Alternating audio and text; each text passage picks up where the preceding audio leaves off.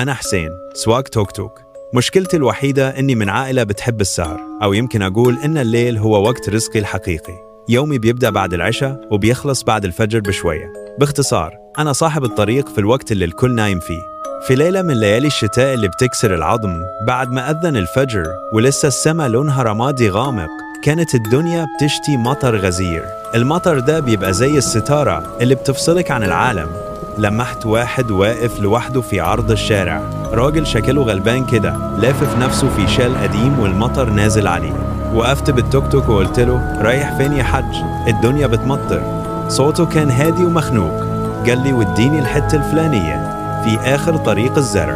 أنا عارف الطريق ده، بس عمري ما دخلته متأخر كده. المنطقة دي عبارة عن كتلة من السواد، زرع كثيف يمين وشمال، وما فيهاش عمود نور واحد. كشافات التوك توك كانت هي الأمل الوحيد. وصلته للبيت اللي عايزه.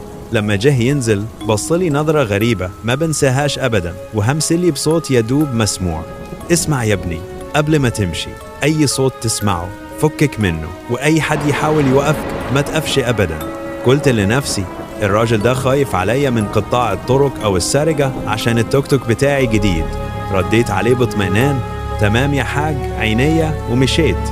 بس الطريق اللي كنت فاكره بسيط حسيت إنه بقى طويل قوي، طويل لدرجة لا تحتمل. الجو كان ساكت، سكون المطر كان ثقيل، وبدأت أحس إني دخلت في طريق غلط خالص. مفيش أي إشارة أو علامة تدل على العودة. وبعدين بدأت الإحساسات الغريبة. حسيت إن في حد بيراقبني من بين شجر الموز والزرع الكثيف. وبعدها سمعت صوت في ترعة كانت ماشية بموازاة الطريق. كان الصوت عامل زي حد بيمزق في هدوم قديمة وبيخبط جلد في المياه، زي صوت جثة بتنضرب في الترعة.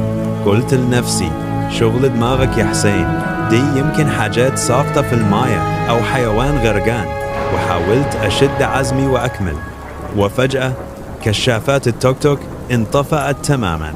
انطفأت في عز الظلام والسواد، رغم إني ما لمستش المفتاح. بررت لنفسي وقلت: يا عم دي ميت المطر، دخلت في التوصيلات. بس كان في صوت تاني، صوت همس خفيف وبارد، زي الهواء البارد اللي بيدخل ودنك، بيقول كلام مش مفهوم. كان جاي من ورايا، من عند الكرسي الفاضي. جسمي كله اتجمد.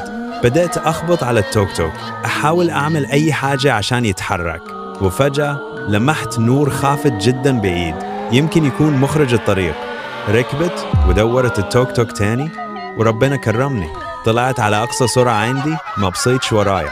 شغلت المسجل عشان أحط قرآن وأطمن قلبي، بس التسجيل ما طلعش منه غير غربشة وصوت زي صفير الهواء.